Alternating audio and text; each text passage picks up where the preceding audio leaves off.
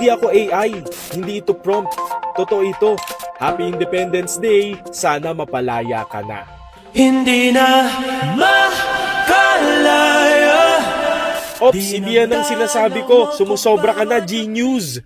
Naaaliw ka rin ba sa AI videos na nagsusulputan recently?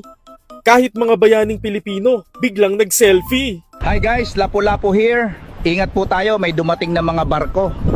Galing yata sa Spain. Hype kayo, nagpabaril-baril pa ako sa Luneta, magiging Jejemon lang din pala kayo. Sobrang linaw na ngayon ng AI-generated videos using various programs and apps. Parang pelikula, satire kumbaga. Alam mo na, mahal mo na. Wala tayong magagawa, mahal mo na. Ebat Adan!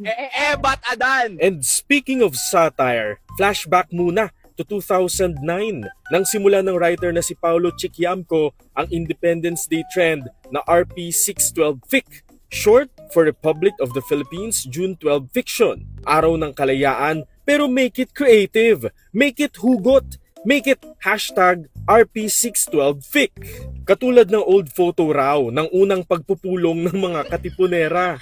At bago pa nauso ang online shopping, ito raw ang in na mode of delivery noong unang panahon. Pero doon tayo sa #facts. June 12, 1898, unang idineklara ang kalayaan ng Pilipinas matapos tayong sakupin ng mga Kastila for 300 plus years. Guys, Independence reveal party like Spain is so cancelled, promise. At kaya tayo may freedom of expression ay dahil bunga ito ng dugo, pawis at katapangan ng ating mga bayani. Okay naman ang satirical post, part yan ng freedom. Kaya lang, baka may ibang mapaniwala, kaya tulungan natin silang wag mabiktima ng fake news. Kaya ngayong Independence Day, sana mapalaya rin tayo sa misinformation at disinformation. G-Newscaster Xander Cayabyab reporting for G-News.